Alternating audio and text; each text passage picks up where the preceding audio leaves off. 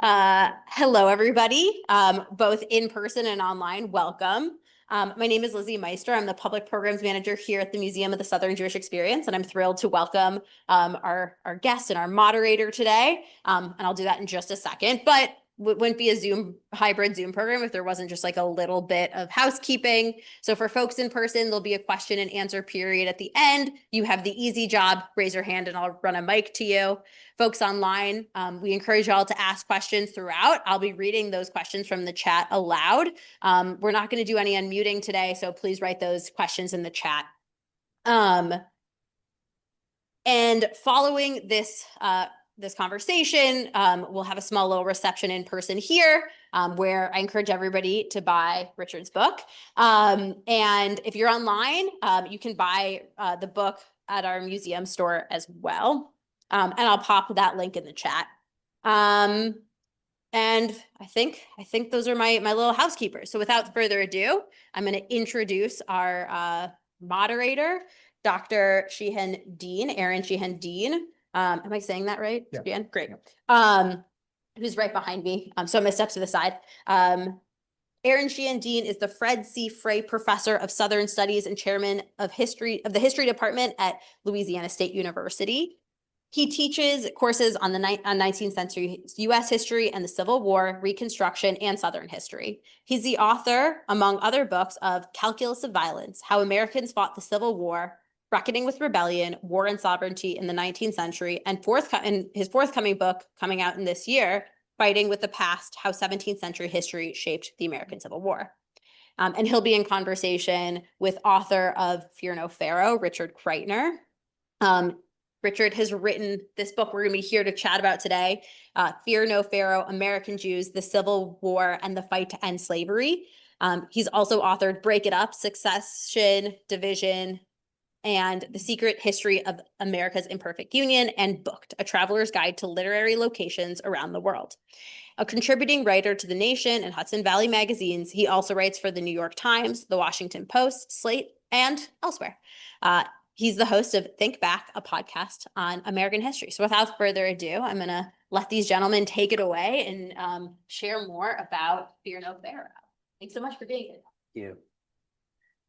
Thanks, Lizzie. And thanks to all of you coming out tonight and those of you on Zoom. So I will begin by echoing Lizzie's admonition to buy the book. It's an excellent book, super well written and covers a huge span of time. And I'm not going to talk very much, I promise. I do want us to start.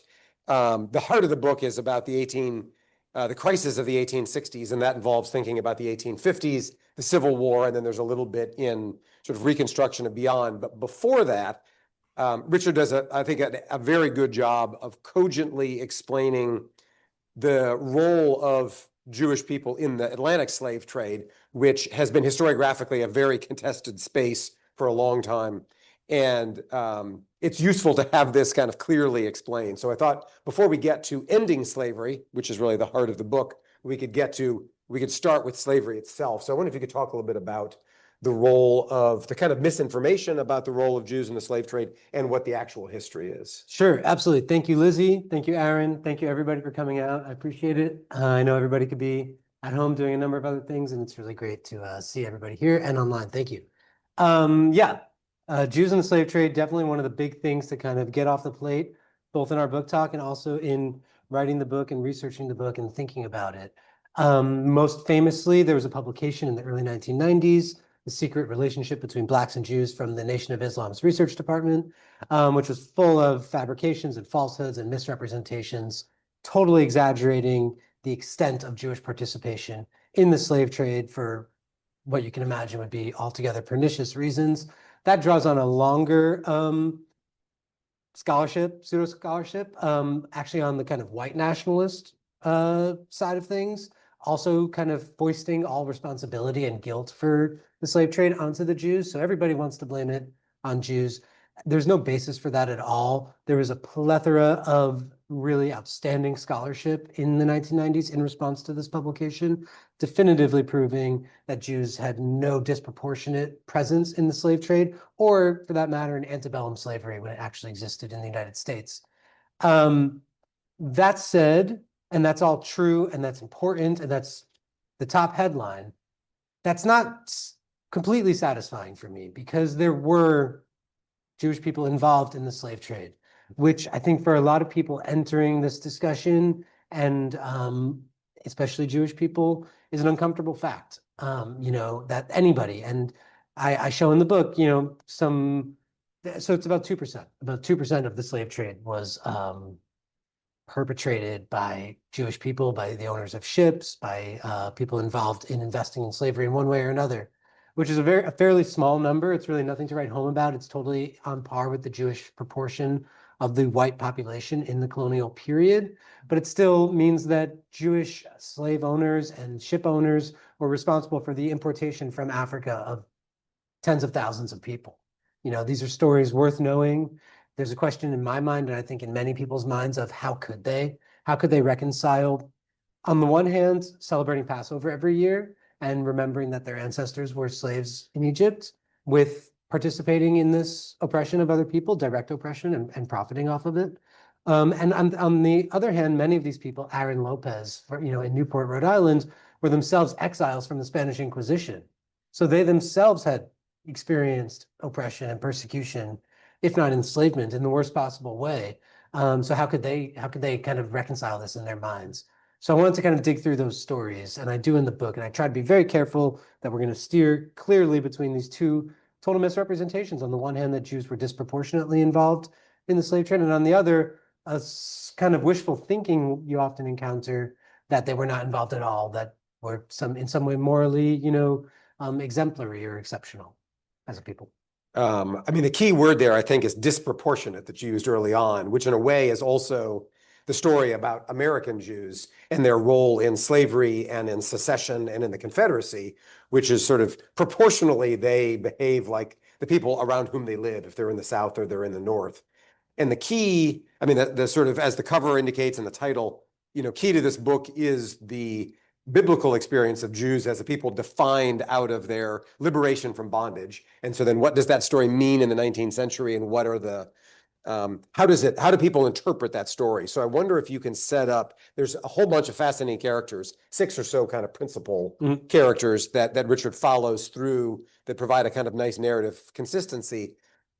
There are a lot of other characters, and you learn about people, even folks that are in the museum here. But there are 2 rabbis, Raphael and Einhorn, who in a way interpret that event in very different ways. So I wonder if you can give us just a little bit of history of sort of Raphael and Einhorn, and then we can dig into their sort of interpretive disagreements about what that historical legacy means for what you do with contemporary slavery. Contemporary in the 1860s. This is my wife's chief criticism, and I always talk about the 19th century in the present tense. So apologies, that's where I spend most of my time. I do the same. I feel like I know people in the 1850s far better than I know whatever's going on. These are folks I understand today. Yeah, that's right. The book, the 6 characters that you mentioned, kind of span 2 different spectrums that are overlapping but not necessarily the same. One is a political spectrum, from what we would call the left, perhaps, abolitionist, to the right, slave owners, people who defend slavery. And then there's also a religious spectrum, from atheists like Ernestine Rose, who I think we'll hopefully talk about, to Orthodox rabbis. So, and those are not necessarily the same spectrum. But in this case, they kind of are. So Morris Jacob Raphael is the rabbi of a synagogue in Manhattan called B'nai Jeshurun, which is today one of the most progressive synagogues in the city. But back then, I believe, the second oldest synagogue in Manhattan, in New York. And it was a fairly Orthodox, traditional synagogue. And Raphael was born in Sweden. His father was in the Swedish court, actually, and he ended up making his career in England, where he developed this very posh accent. He knew biblical poetry, and he delivered lectures professionally throughout England. He was he put himself up as kind of an interlocutor between the British public and the Jewish population of Great Britain. He moves to New York in 1850 to become the head of this synagogue, B'nai Jeshurun. And he sees himself as basically standing athwart the reform movement, which had started to build both in Europe and in America, and saying stop. So he's defending tradition against reform. And that's going to lead him to a certain political position. if the Bible cannot be reinterpreted to suit the tastes of modern times and the needs of modern people, which is what a traditionalist like him would believe, then that means that if slavery is deemed legitimate in the Bible, in the Torah, then nothing that has happened since changes that. So if it was okay for Abraham to have slaves, it's okay for us to have slaves. And if the Mosaic Law Code, even after Exodus, does not ban slavery, it restricts it, it regulates it, but doesn't ban it outright, then that means that slavery in our own time should be restricted, regulated, but not banned outright. And it's blasphemy, Rafal believes, to suggest otherwise. So he delivers this sermon. The book begins with him delivering this sermon in January of 1861 during the secession crisis. South Carolina has seceded. I think Louisiana is still a few days away. In New York, on this day that the outgoing president, James Buchanan, has set aside as a day of prayer and fasting, and everybody's supposed to go to their churches and their synagogues. And he delivers this speech in New York, so not in the South, defending slavery as a biblically justified institution. And he's very prominent, as in England. In America, he's this kind of, Jonathan Sarna, the historian, has called him America's first glamour rabbi. He's really well paid, he's really well known, he travels around, he's well known. And so his position is taken in some quarters as the Jewish opinion. In the 19th century, Americans, non-Jewish Americans, would often turn to their Jewish neighbors, especially in the South. What does this mean? What does the Old Testament mean? As a source of a kind of legitimate biblical exegesis and interpretation. So Rafal's opinion in this context is deemed the Jewish opinion. Now, at the same time, there's this other gentleman who's another character in the book, David Einhorn, who is a rabbi in Maryland, which is a slave state. But as soon as Einhorn gets to Baltimore in 1855, and he's a Reform rabbi, he denounces slavery immediately, which is a fairly bold, we'd say a chutzpahdik thing to do in a slave city, in 1855, especially Baltimore is a really violent place with lots of nativist gangs running around and pro-slavery gangs running around. And for him, as for Rafal, his anti-slavery politics develops from his theology, from his religious vision. So as a Reform person, and really on the kind of the radical edge of Reform in Germany, he believes that the Torah, that revelation is not a one-time event. It's not one encounter that the Jewish people had with God on Mount Sinai. It's an ongoing thing. And every person can reinterpret the Torah as they see fit to suit modern tastes and to suit progress. And so he believes that just because slavery was legal in biblical times, just because polygamy was legal in biblical times, doesn't mean that it's acceptable now. And that we can adjust the modern tradition just as the rabbis did after the fall of Jerusalem to suit our modern tastes. And Judaism is a living tradition. And what matters is the spirit of the Torah, not the letter. So given that, there's no reason that slavery needs to be acceptable anymore. And he believes that every person has the divine spark within them and that slavery is the blasphemy, and the kind of sin against God. So he responds to Rafal with a very public sermon that he prints in his own newspaper. All these rabbis, not Rafal, but a lot of the rabbis had their own newspapers. And it gets circulated, it gets translated, it's published in the Gentile press and becomes this huge controversy. And that's where the book begins. We return to it later on. And eventually Einhorn is run out of Baltimore by a pro-slavery mob that's basically seeking to lynch him. And he flees to Philadelphia at the very beginning of the Civil War. And his congregation writes to him in Philadelphia and says, we'd like you to come back, but you have to be quiet about slavery. And he tells them to get stuffed, and he stays in Philadelphia. And he's I think a lot of people don't know him unless you know this period of American Jewish history, but he's just this incredibly bold and brave dissident voice that I think prefigures a lot of Jewish political and religious figures in future decades and centuries. It might be, I think people probably would have expected the Charleston rabbi to stand up and issue this proclamation on behalf of slavery. It's important to note that New York City is a very southern city. The wartime mayor during the Civil War actually threatens to have the city secede and become a kind of free state to continue trade with the South because of the importance of the cotton trade. You have read my last book. It is not, so it's not a coincidence that it's a rabbi, that it's a New York rabbi. But most people, as you describe, most American Jews, not rabbis necessarily, but even many of them, are not at these two extremes. They're sort of in the middle. And a big part of this, as you tell the story, has to do with tolerance and with the ways that Jewish immigrants to the United States, even in the late 18th century, certainly after the Revolution, see this genuinely as a place of refuge. And as a result, then that sort of curtails their public politics in a way. And I wonder if you could talk about sort of tolerance and how that changes the sort of Jewish experience from what it was in Europe in the 19th century in particular, and then what the implications of that are for the kind of politics that you can practice. Yeah, I mean, they don't just see it as a refuge. It really is a refuge. It's probably the greatest place to have been a Jewish person for thousands of years, you know. In Europe, they have huge restrictions on what they can do, where they can live, what their job can be, who they can marry. They're going to get drafted into who knows what army and get sent wherever. In America, there's none of those restrictions. Eventually, they might get drafted in the Civil War. But before that, it's this land of incredible promise. There's these letters from peddlers, you know, who are going around the countryside selling goods in the 1840s. And they're lamenting, you know, it's cold, it's hot, I'm sweaty. But this is such an incredible place to be a Jew, you know, nobody's bothering me at all. And legally, they were considered fully citizens, you know, they could hold office, and they did in most places, with a few states that were holdouts until after the Civil War. But for the most part, America is an incredible place to be a Jew in the 19th century, and they're grateful. They're grateful to have been taken in, especially as anti-Semitism, though it's not called that yet, is on the rise in Europe, and pogroms are beginning. So they're very grateful to be here, and they worship the Constitution. It has religious liberty, you know, in the First Amendment, and something that they've never really experienced before. So they basically worship this document. But the deal is, I think this is what you're getting at, the deal is that you have to comport yourself as a white person is expected to, certainly in the South, but also in the North. That means not making waves about slavery, you know, not speaking out, even if you are inclined to do so, which most of them were not, you know, any more than any other Americans were. Abolitionism was a super fringe movement until very late in the game.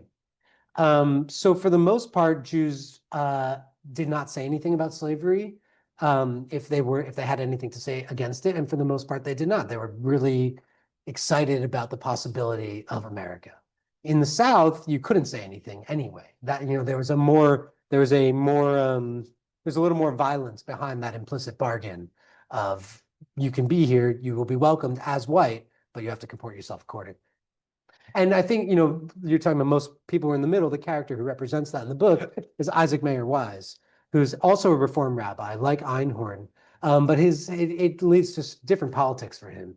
So he gets his start in Albany as a rabbi. He is a prickly personality. He's basically the founder of American Reform Judaism, so some people might know of him. But his, you know, the slavery stuff has been studied, but is not really that well known. He's basically run out of Albany because he gets into a fist fight actually on Rosh Hashanah with the president of his synagogue. And he ends up in Never Cincinnati. happened before. Yeah. He ends up in Cincinnati, which is a city poised on the border between free states and slave states. And half of the subscribers to his newspaper, The Israelite, live in the South. So he's not trying to ruffle any feathers. And he puts out an editorial at the very beginning of the Civil War that's titled Silence Our Policy. So Jews, you know, he has the editor, he has rabbi, but also Jews as public individuals should keep silent about all of this. Let's not get involved. Let's wait out the storm. I mean, that's generally the white American attitude in the North, which is they are agnostic on the question of the morality of slavery.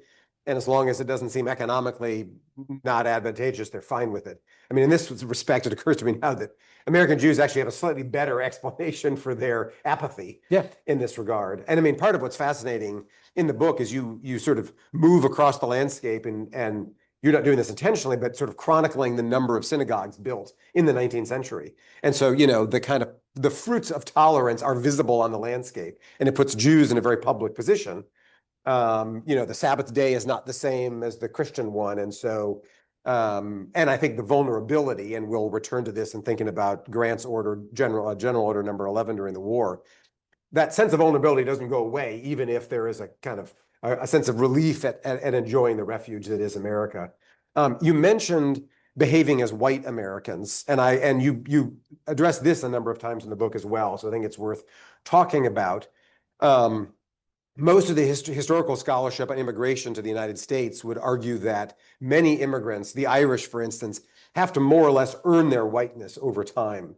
That they don't, even if we look at them today as phenotypically white, they were not regarded as white. Benjamin Franklin famously has this long screed about all the swarthy peoples in the world, among whom he counts the French and the Swedes. And my students sort of hit a full stop at that point because they think like, I've seen Swedish people, they're not swarthy. This is my point, right? Race is culturally constructed. It has very little to do with hair and skin color. But so talk a little bit about the ways in which Jews claim whiteness and what that means and how secure it is in the 19th century. Yeah. Especially as we think about it, and there's a raft of European immigrants that are coming here, and many of them are subject to severe restrictions on their public life, Catholics most especially. Yeah, absolutely. I mean, there's far more Irish coming to America, so it's a much bigger problem. You know, the nativism that develops in the 1840s and the 1850s with the Know Nothing movement, that's targeted for the most part against Irish Catholics, to some extent German Catholics, and Jews are very nervous about getting swept up in that whole saga, that whole maelstrom. But Jews, I think, when they first arrive in the United States after the Revolution, according to the 1790 naturalization law, all white immigrants can become citizens, and Jews are unquestionably part of that. So legally, they are accepted as white.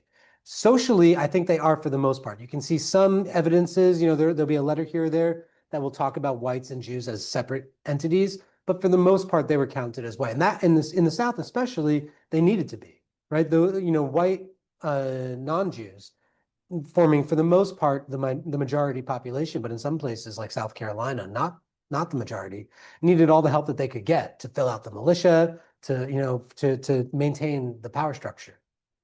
So Jews are for the most part accepted as white, but it's always tenuous, and increasingly so as the Civil War approaches, and especially in the years after. So somebody like Isaac Mayer Wise, you can see, is incredibly anxious about making sure that Jews are counted as white. There's this encounter, with Henry Wise, the governor of Virginia that we talked about, where they both have the same last name, Wise. Henry Wise is the governor of Virginia, very pro-slavery, and Isaac Mayer Wise, coming from Bohemia, has the same last name. And in German, Weiss means white. So Wise jokes with the rabbi, jokes with the Southern governor about how important a necessity it is to be Weiss, to be wise, to be white. And for Wise, that's an important thing for his entire career. Even after the Civil War, you'll see him wrangling with Booker T. Washington in the press, where Booker T. Washington refers to Jews and Caucasians as separate entities. And Wise says, no, we are Caucasians, we are white. So it's a constant kind of struggle to maintain this status. I think one thing that my book does, one thing I wanted to do with the book, is that if you begin American Jewish history, like most accounts do, with the arrival, especially in the North, this happens. I think in the South, you get a little bit of an earlier story, as we see at this excellent museum. But for the most part, most accounts of American Jewish history begin with 1880, with the massive wave of 2 million East European immigrants who come over from Russia and from Poland. And if you start there, you're starting with a very kind of tense and tenuous relationship between Jews and whiteness, and it needs to be earned and secured over the course of the 20th century. And eventually it is, though we're back to debating this question. But if you roll it back about 50 years or so, and you work in that earlier wave of German immigrants to America, German Jewish immigrants, you get a much more interesting story of a rise and fall of a sense of belonging and a sense of whiteness. And I think the Civil War actually has an important role to play in that story. While slavery exists in the United States, and this is especially true in the South, but I think it's also true in the North, it's clear where Jews are on the all-important racial hierarchy, right? We're not Black, so we're white. If it's a two parts, which it is until 1861 or 1865. After that, when things start to get a little more scrambled, and this was Isaac Mayer Wise's fear all along, which is why he wasn't for the abolition movement. Once you start to dismantle that or destabilize that, the question of where Jews belong in American life and in Southern life becomes a much more dicey and in some cases violent question. And it reminds us just about sort of taking for granted historical trajectories. My pet peeve is the moral arc of the universe bends towards justice, which, that was a transcendentalist Unitarian minister, Theodore Parker, who's credited with first saying it, but he of all people fighting against slavery knew there's nothing inevitable about this. Right. And that, as you say, in the early 19th century, things actually looked clear, and then they actually become more difficult and more confusing in the late 19th century. And then after World War II, it changes yet again. Right. You mentioned German Jews, and we're going to get to the Civil War, I promise, and especially to Judah Benjamin here in New Orleans. But I want to talk about Bondi as a German Jew, a 48er, and maybe you can talk a little about the 48ers. This is somebody who ends up with John Brown, the violent white abolitionist out in Kansas, and his experience there. Again, sort of anticipates some of the ambivalences that even anti-slavery Northerners have with John Brown and with a robust confrontation with slavery. Yeah. So there's 6 characters. We've named 3 of the rabbis: Einhorn, the abolitionist; Wise, the quietist; and then Rafal, the pro-slavery guy in New York. And then there's 3 non-rabbi figures, and August Bondi is one of them. Judah Benjamin is another. August Bondi is born in Vienna. He participates in the Vienna Revolution of 1848. He claims later in his memoir that he was the first person to suggest using the concrete blocks of the sidewalks as the barricades, which I love. And he was a student, and he joined the battalion of the Faculty of Philosophy, which, as a philosophy major, I like to imagine. When the revolution started to kind of roll back and was defeated, his family took off, as many Jews and especially non-Jews did, as part of this 1848 wave of migrants to the United States. And they took a steamer to New Orleans, actually. This is where I begin the book, with August Bondi, and I end the book with him as well. But I begin the book with him describing in his memoir his family taking a tugboat up the Mississippi. And they end up at this, they stop for wood at a sugar plantation. And I say in the book that I don't know for sure, and I don't know for sure, but it's possible that it's Judah Benjamin's sugar plantation, the way that he describes it in the distance from New Orleans. It seems unlikely, but it was too good not to suggest the possibility of. In any case, they end up in St. Louis, where he tries a couple different jobs. He's really bored. He tries sweeping in a store. He works for a little while as a teacher, but he didn't like to discipline the students. He travels in Galveston, Texas for a little while. And eventually he's looking for adventure. And this is when Bleeding Kansas is going on, this fight over whether Kansas would be a slave territory or a free territory. And Horace Greeley writes this famous editorial, "Go West, Young Man." Although that's another story we can complicate. But in any case, he reads an editorial by Horace Greeley, and he decides to go west. And he eventually falls in with John Brown, this incredibly charismatic, visionary, Old Testament-like figure from Connecticut, but who's moved to Kansas with all of his sons, 10 of them, something like that, to fight against slavery, to fight against the expansion of slavery. And Bondi and 2 Jewish friends from St. Louis fall in with Brown and are in his camp. And Bondi leaves these incredible memories of fighting with Brown in these first pitched battles against slavery, against the South. It's like a proxy war between North and South 5 years before the Civil War begins. And then it's real violence. They have cannons, they have guns, people die, mass slaughters. And Bondi participates in all of this, not in the worst part of it, not the Potawatomi massacre, but one of his Jewish friends does participate in that. And then he eventually joins the Union Army. But what you're alluding to, where he splits from Brown, is that Brown wants to come to Louisiana, actually, and launch an insurrection. It's like eventually he'll do this in Harper's Ferry in Virginia, but the first version of that idea was to come to Louisiana and launch a slave insurrection. And Bondi's not interested in that. And it's very interesting to me. Bondi is not really that well known to history. If you Google him, you'll find articles that are like the great Jewish Underground Railroad operator, which he does eventually do from his farmhouse in Kansas for a few months. But before that, with Brown in Kansas, he actually had his doubts about going that far with it. He's not at Harper's Ferry. And I really am interested in digging into the complications of history and of these figures who it's tempting to kind of heroize, especially because we want to balance out the Judah Benjamins of our history and of this story. And Bondi was heroic. He did fight against slavery. He did join the Union Army, and he did so as a Jew, proudly. He says, because I'm a Jew, I need to defend the Constitution that gives equal rights to all beliefs. So he is heroic. And I can't say that I would have necessarily joined John Brown in launching a slave insurrection in 1850s Louisiana. But he was interested, as many white people were, in the anti-slavery movement and in fighting against slavery and in joining the Civil War, not necessarily for kind of humanistic, egalitarian reasons, but because he, as a white man, wanted to defend the interests of white men, and that meant keeping slavery out of the territories to give everybody a kind of fair fight in making a homestead, and I want to show that for Jews as well as for everybody else, that was a part of the anti-slavery movement, less than completely altruistic motives. Right. I mean, that's part of, I think it's useful to remind us in thinking about the anti-slavery movement that has all these different aspects. There's a kind of bleeding edge, which is abolitionism. And then there's a much more conservative edge. And in fact, most Americans who were anti-slavery were in that sort of moderate to conservative category. They didn't like its implications for the democracy. They didn't like its economic impacts. Very few, as you mentioned earlier, were sort of bona fide abolitionists. Right. I go in the book, I go into why that was the case. Yeah. For the most part, hardcore abolitionism, Garrisonian abolitionism, Garrison himself was fairly anti-Jewish.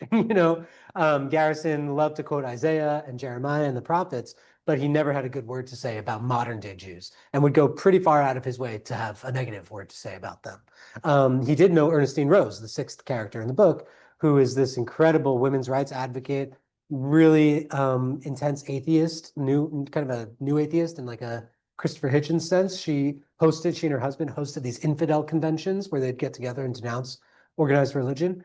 And he knew her, and she was Jewish. She was a rabbi's daughter in Poland, who moved to New York in 1836. But she was really the only Jewish person who he knew. And he never said that she reflected well on Jews, as pro-slavery Jews that he criticized reflected poorly, to his mind, on all Jews. But generally, the abolition movement was very religious. It overlapped with movements to convert the Jews into, missionary societies. And so if you were a Jewish person in the 1840s or 1850s, even if you had been part of the 1848 revolutions, as Bondi was, and you were inclined towards an anti-slavery attitude, you wouldn't necessarily feel at home in the organized abolition movement. And it's also worth noting, it's also hostile towards Catholics. The nativism, as you mentioned, of the 1850s overlaps in important measures with abolition. And I think the recent histories of abolition have not fairly explained that. It's always struck me as ironic that the most Old Testament character in this whole era is in fact a Calvinist. It's not a Jew, but I wonder about that is John Brown. Yeah. I mean, he's always pictured as a kind of prophet of old visually, and also, I mean, he knew how to craft an image. I mean, he's got the most stern visage, the degree to which Bondi would have looked at him and thought, oh, you're like one of these prophets from the Old Testament. Yeah. You call yourself a Calvinist, but the line is kind of blurry.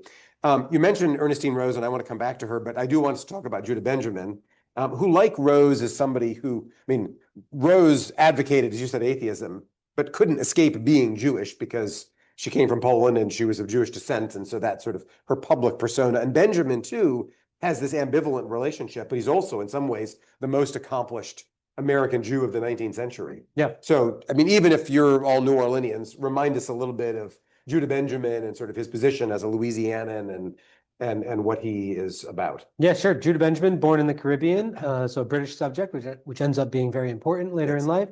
He moves to Charleston with his family when he's about 10 years old, right after the Denmark Vesey slave insurrection, which is a time of great fear and paranoia in the city. And one of his biographers says it's the perfect environment in which to raise a conservative, which he was. He goes to Yale as only the second Jewish person in history, leaves Yale under very mysterious circumstances, some kind of bad behavior around gambling or something. And he ends up coming to New Orleans, where it seems like a ambitious Jewish man is going to have a much better go of it than in Charleston, which is kind of stymied by this, hidebound slaver aristocracy. In New Orleans, this mixture of languages and peoples and cultures and religions, it doesn't really matter that he's Jewish. He rises very quickly among the legal elite. He's an incredibly brilliant person. Everybody who sees him says so. And he eventually is elected to the Senate, or appointed to the Senate, as it was at those times, in 1852, partly, I believe, because he was a slave owner, because he bought this plantation just outside New Orleans, which I would love to go to on my visit here, but there's nothing there anymore, Bellechasse. He buys this plantation, I think, partly because it would guarantee his rise in the planter elite, that otherwise, as an outsider, as a non-Christian, as a Jew, he would probably be suspect. And by buying this plantation, it's his way of saying, I belong, I'm one of you. And he sells the plantation within months of getting appointed to the Senate, which I take to be further, confirmation. There were other reasons he did so, but that it had served the purpose for which he bought it.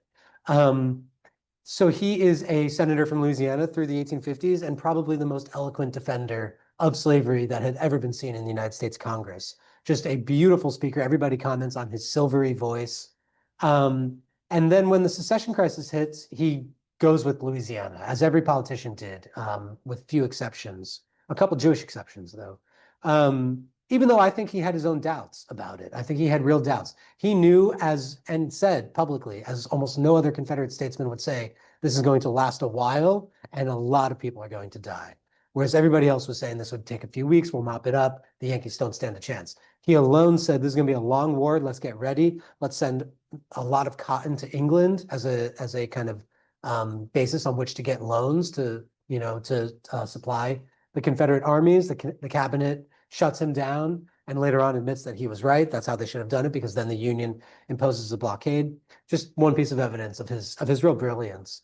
And then at the end of the war, he is really alone among leading Confederate statesmen in pushing for the emancipation of enslaved people and arming them as a way to win the war. And it comes way too late and everybody rejects the proposal. But at the beginning and at the end of the war, he had these ideas that if they'd been adopted, Confederacy could have stood a chance, potentially.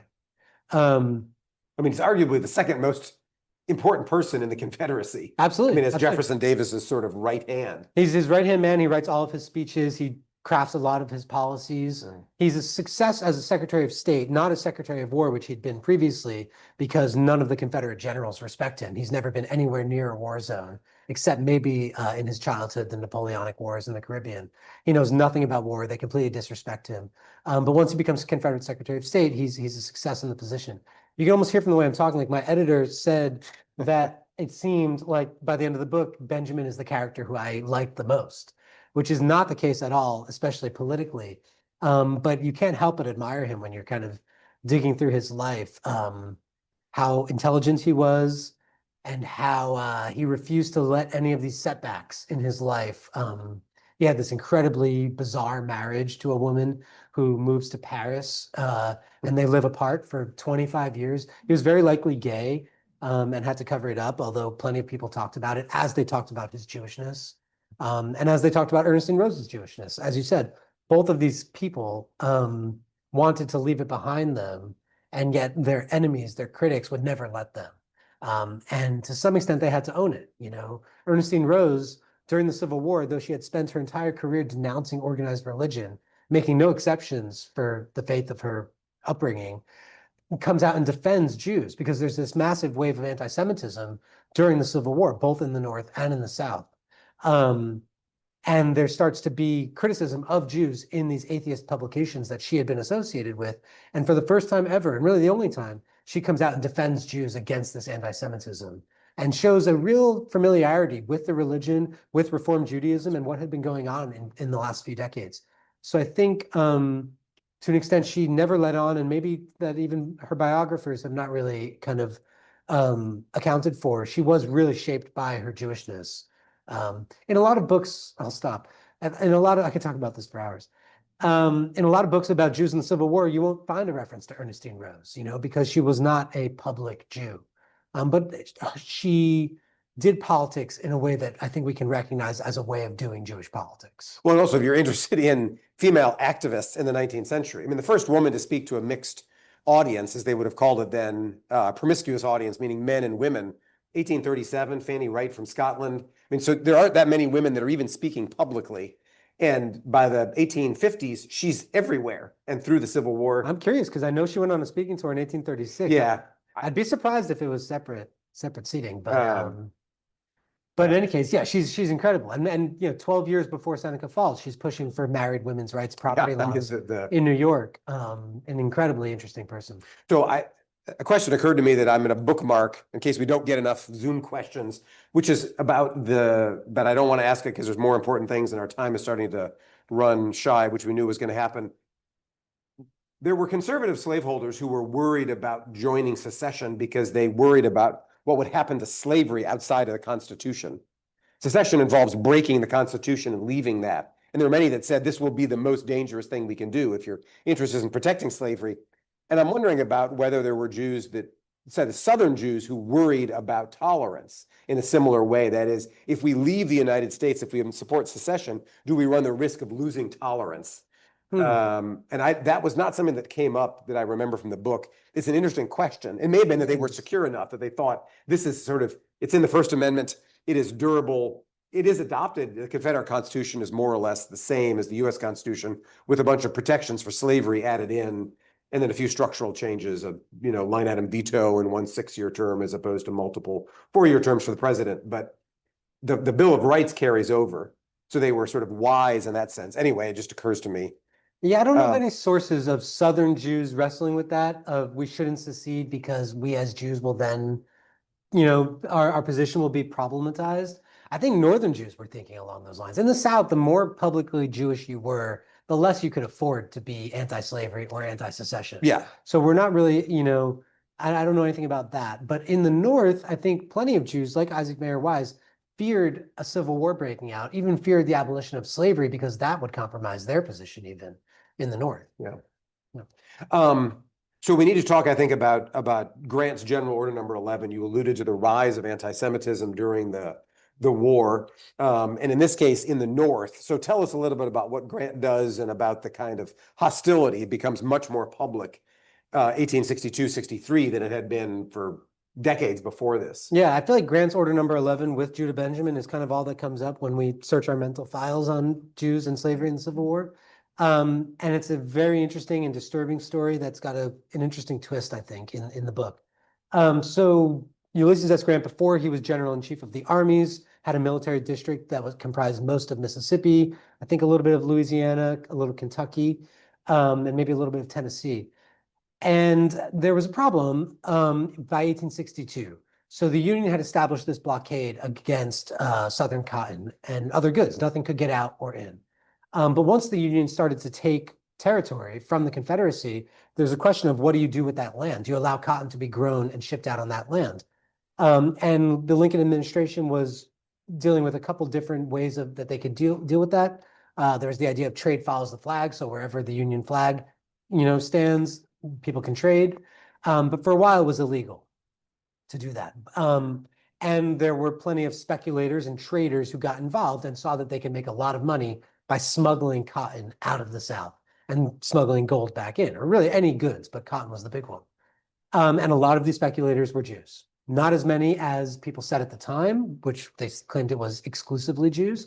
That's not the case. Some of the people who claimed that were themselves involved in the trade, including Union officers. There's some quote like every Union officer wants to add a bushel of cotton to his weekly paycheck. So a lot of people were involved in this trade, but some of them were Jews who knew how to trade, Ulysses S. Grant sees this and he decides to ban all Jews from the military district. First, that they can't ride on the railroads, which is a provision that Abraham Lincoln knew about and did not overturn. So usually this is a very celebratory account of how Lincoln was our friend, and he was. I'll praise Lincoln. But he did know about that provision that Jews cannot ride on the railroads, and he did not overturn it. When Grant eventually changed that into a all-encompassing ban on Jews from even being in the district, so those who lived there, who were not these visiting traders, had to leave, which actually did displace several dozens of people, including in a small town of Paducah, Kentucky, some of whom then traveled to Washington, D.C. and lobbied Lincoln to overturn this order, which Lincoln did. But it wasn't carried out to the full extent that it could have been, partly because the Confederates went on the attack and war overtook this whole situation. There's a wonderful novel, if anybody's interested. I don't know if you've read Dara Horn's All Other Nights, which depicts this whole scenario. It's excellent in a fictional way. But in any case, what really struck me about this story and what I think makes it utterly fascinating and to some extent relevant is that the order was issued at the end of December of 1862, and it was overturned by Lincoln around January 7th or so of 1863. And what happens in the middle is the Emancipation Proclamation is issued. And in some newspapers, as in Memphis, these are published on the same page, these two documents. And Isaac Mayer Wise, for instance, and other people like him, they read these two documents together and they say, oh no, everything that we were talking about, the tolerance, the position of privilege that Jews had secured in America, or really had from the beginning, but was was dicey. This is the moment where our fortunes are falling and the fortunes of Black Americans are rising. And that, I think, is the beginning of this sense in some quarters. This, I think, explains the neoconservative movement 100 years later, this sense of zero-sum competition between Blacks and Jews. At least on the Jewish side, I think, begins with this moment where Jews experience the most overt act of legal anti-Semitism in American history thus far. At the same moment that, millions of African Americans are emancipated from slavery is, it's not only me emphasizing that contrast, but people at the time did and commented on it, which was totally fascinating to me. I know I'm going to pretend like I don't see my watch. I'm going to ask one last question and then we'll move in because I want to end this on a emancipatory note, not on the anti-Semitic note, which is talk a little bit about the ways that enslaved people used the history in their pursuit of freedom, because that's alongside the things you're talking about, and the public debates about what does the story of Exodus mean. The enslaved people also know this story. They are reading the Bible. How does that play into sort of American emancipation? Yeah, well, I read in the book that the way enslaved people are using Exodus is kind of similar to the way that David Einhorn is reading the Bible, that it's the spirit of the thing that matters and not the laws, and they believe that the spirit of Exodus is very much alive in their own times. I think to some extent, the whole story, the whole conversation is around how could it be that American Jews either participated in slavery or did not speak up, or did not see it as so obvious as we do that it's antithetical to our traditions. How could you sit down to a Passover? I asked this in the book, Seder, cooked and served by enslaved people. How could you? It's so obviously contradictory to our minds. And my theory, at least, is that is only because we, as 21st century, but also 20th century Jews, have reappropriated the African-American appropriation of the Exodus tradition. They're the ones who saw the story of slavery and the Civil War in that light. There's a couple Jewish characters in the book, voices who I quote, who point this out. There's one who writes to a Jewish newspaper called the Asmonean in 1856 as the name Maccabee, who's arguing how could anybody be a Democrat, which is the pro-slavery party at that time. Any Jew must be a Republican because of our traditions, because of Passover and Exodus. So there are some people who pointed out, but for the most part, that's not the terms in which the conversation is happening. A Jewish person in the South who's sitting down to such a Seder, cooked and served by enslaved people, sees no contradiction. They just don't. But I think that the enslaved servant does, There's no documents about that either, but I think that they do. And I think that tradition is eventually reabsorbed. Partly, it's reabsorbed by American Jews, and I think especially on the reform side of things. Partly because they look back at people like David Einhorn and they see, oh, he had it right. We were talking before, there's this Max Lilienthal, the Cincinnati rabbi, who was an ally of Isaac Mayer Wise and whose politics were not all that different from Isaac Mayer Wise. But after Lincoln is assassinated, he writes publicly, I was wrong. We were wrong. The abolitionists were right. We should have all been anti-slavery. And that American Jews begin to worship Lincoln and start to see that, people like Einhorn had it right. And that Exodus does have something to say about our commitment to civil rights and social justice in the present and going forward. And I think that's great. Yeah. All right. I think that's a perfect place to pause. I need to give up my microphone. So for those of you in the room, and then you'll go to the Zoom questions too. Yes, I'll start with a Zoom question and then I'll pass this mic around for folks. So in person, put your hand up and I'll run this to you in just a moment. But our first question from Zoom, I'm actually going to do a two-parter because I think one might hopefully be a short one and then we'll go into the next one. Was there a rabbi in New Orleans that was run out of town for speaking out against slavery, or do we think that was Einhorn in Maryland that this person? You want me to just take that one? Yeah. There's a rabbi, James Gutheim, who was not run out of town. Well, yeah, he was run out of town by the Union Army, which came and occupied New Orleans in 1862 and forced everybody to sign an oath of allegiance to the Union. And this rabbi refused and he left. So he was not anti-slavery, he was pro-slavery. And then he went to, got everybody together, his whole synagogue, and he gave a really pretty fierce speech about that, attacking the Union, attacking Lincoln especially, and defending slavery. And then he gets hired by a synagogue in Montgomery and becomes the full-time rabbi there. I don't know if he returns to New Orleans after the war. But yeah, I think we're confusing that with Einhorn, who was in Baltimore. And then the second question from Zoom, and then we'll do it in person.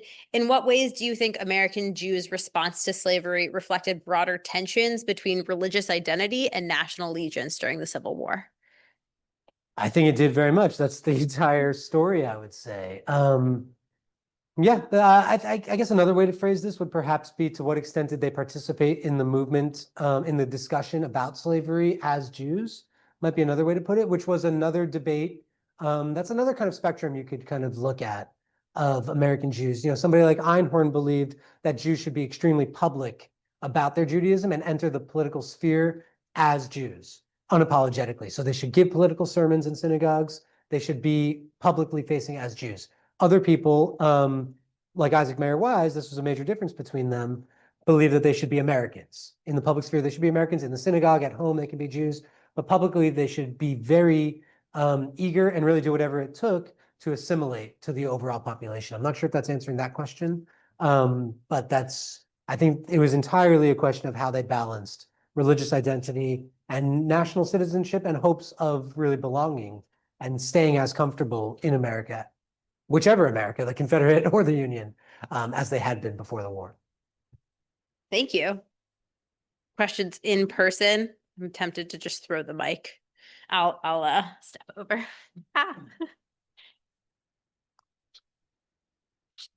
Thank you. Wonderful conversation.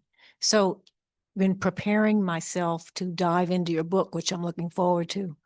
I'd like to understand a little bit about who was your intended audience, if you wrote this for your fellow scholars or for the rest of us, or both. Thank you for the question. I'm actually not an academic historian, as Dr. Sheehan-Dean is. So while I would love for academics to read my books and take them seriously, they're very much for everybody, who's interested in history. I value good prose. I hope you agree that I've done that when you read the book. But I want it to be read by, the real question is, how could I get it to be read by people who are not Jewish? I want all kind of serious Jewish readers to read the book. I think you'll find a lot in it that's interesting and perhaps relevant. But I also want people who are interested in the Civil War to read it for a kind of novel view of the Civil War. Thank you. Another one from online. Were Jewish storekeepers and peddlers in the South generally seen as unscrupulous profiteers, taking advantage of the shortages of goods to charge exorbitant prices? For example, this person puts the Strauss family was run out of town in Telbotton, I hope I'm saying that right, Georgia, for this reason. Yeah, I mean, that's in the book. Can you say the question again? What were the two options? Were they Jewish storekeepers, peddlers, seen as unscrupulous profiteers, people taking advantage of shortages of goods to charge exorbitant prices? Yes, for the most part. Yeah, that's a story during the war. So the town of Talbot, Georgia, passes a resolution that kind of like grants order, but it's not the Union Army. It's just one small town in Georgia, though there were a couple other towns as well that did it, that said that Jews could not be in the town. But what's interesting, this story has been told many, many times, and it's been more recently complicated.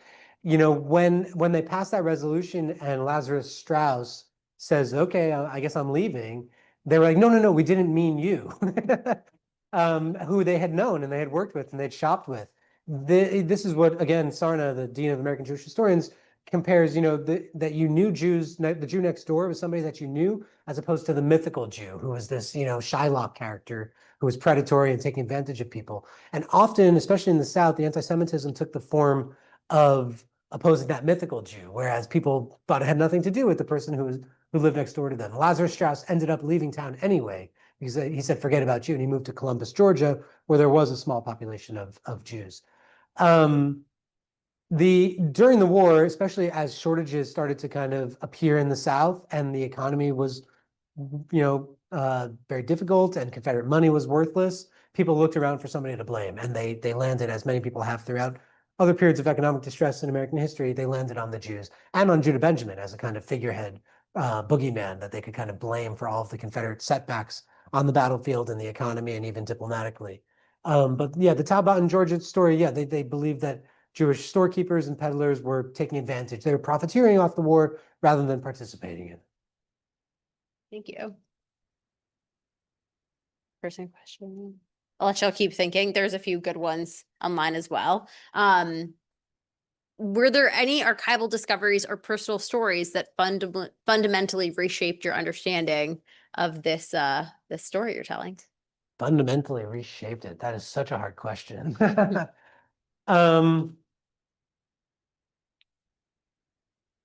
I'm not sure I could come up with that on the spot. There's some amazing stories that did make me think about the complicated textures that you start to appreciate when you actually dig into something. I came across a quote recently that was just talking about how writers write books not, because they know something, but in order to know something.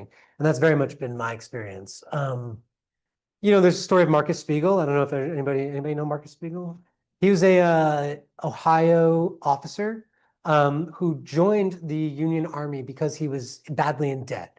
He had married this Quaker woman who ended up converting, and she learned all the Jewish cuisine and she learned the religion. And they lived in this kind of end of a railroad town in Ohio. And Marcus Spiegel had racked up a bunch of debts, and he wanted to get away from them. So by joining the Union Army, Ohio had a law that you weren't responsible for your debts. So he joined the army and he just wanted a desk job. He said, I'm going to stay away from the fighting. And he was really racist, as a lot of Northern whites were, even people who joined the Union Army.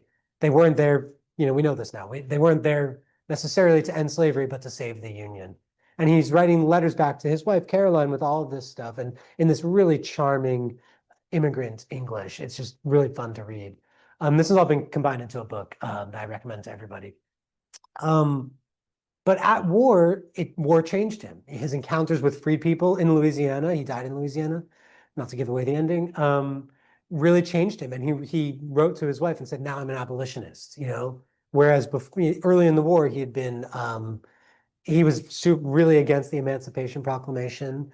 And he was against that entire aspect of the war, but his actual encounters with the war, meeting other people in the Union Army, completely changed him. So that was one story that I just really loved spending time with this guy and learning about. The other thing that, just saying the Emancipation Proclamation, other things that I learned while writing the book, I don't think that they fundamentally changed my perspective on all of this, but they were interesting to learn. There's all these misconceptions. Jews in the Civil War has been for many, really until recent years, kind of a playground for myths that the American Jewish community likes to tell itself.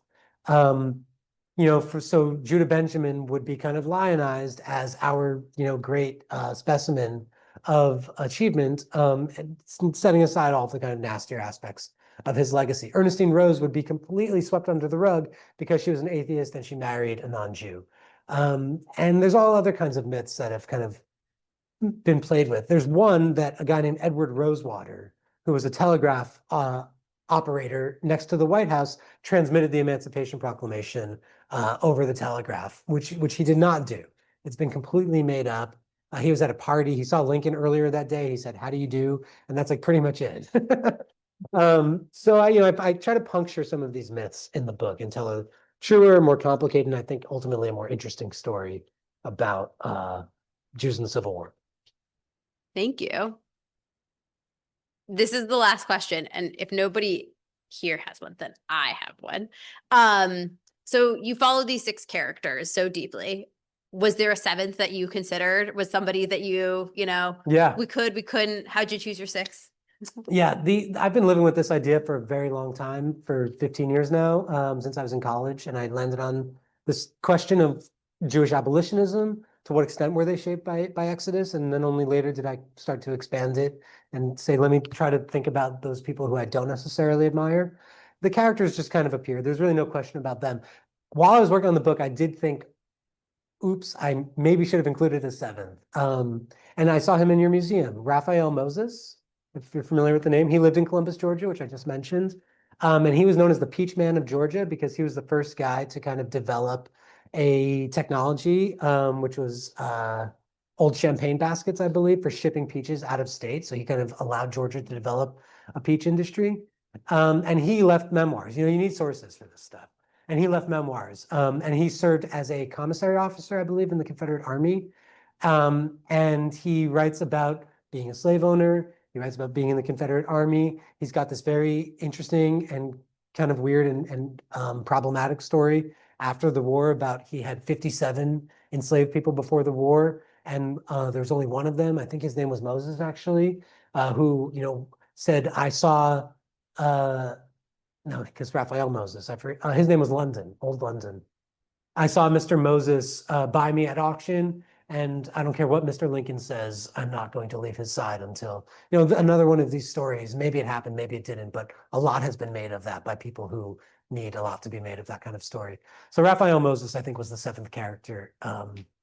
Jews and slavery in the Civil War, you would think is a Southern story, and I know we're at the Museum of the Southern Jewish Experience.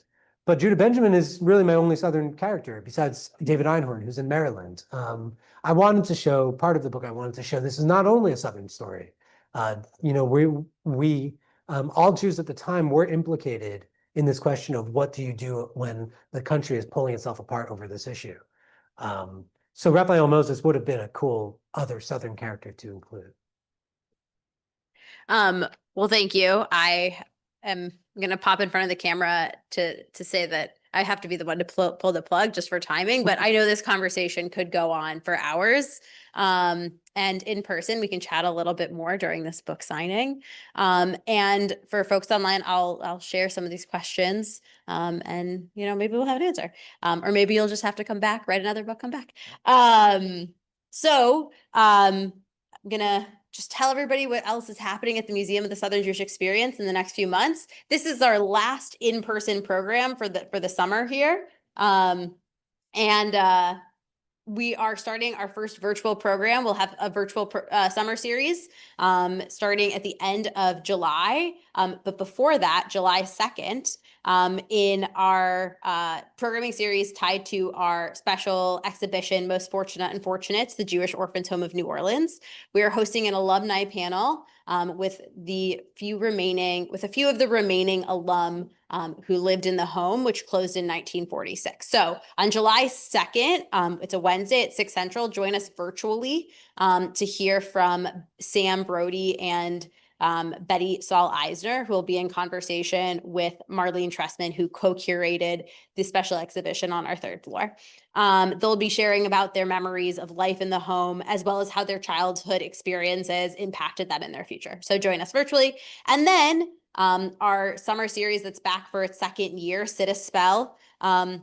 It's a free online lecture series that explores lesser known Southern Jewish stories and historical figures. Our first one is on July 17th, Thursday at 12 Central, and then we'll have one each Thursday for the next 3 weeks, exploring these Southern stories. So the first one is about Jews in Jamaica. We have a Southern Jews in baseball and then Elizabeth Brandon, who's this fascinating Cajun folklorist.